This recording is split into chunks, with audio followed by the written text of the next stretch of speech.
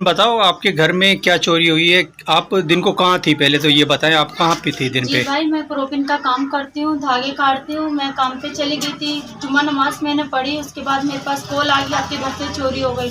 मैं घर आई तो ताला टूटा हुआ था और पेटी के ताले वाले टूटे हुए थे और वहाँ मेरे गुंदा टूटा हुआ था। मैं ऊपर टॉप्स पहनती थी सोने के और डंडी टूटी हुई थी। उसके साथ में मेरे 20,000 भी पड़ा था, टॉप्स भी पड़े थे और वो उठा के ले गए और नए बिस्तर भी चोरी करके ले गए घर से।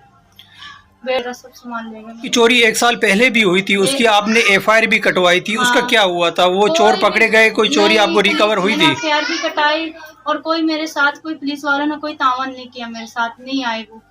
अच्छा, आज जो चोरी हुई है उसमें आपने पुलिस को कॉल की है? क्या कॉल बोला करी है पुलिस ने? मैंने, उन्होंने बोला भाई आप एफआईआर कटाने वहाँ पे आओ। मैंने कॉल करी, ऐसे पुलिस नहीं आई यहाँ पे।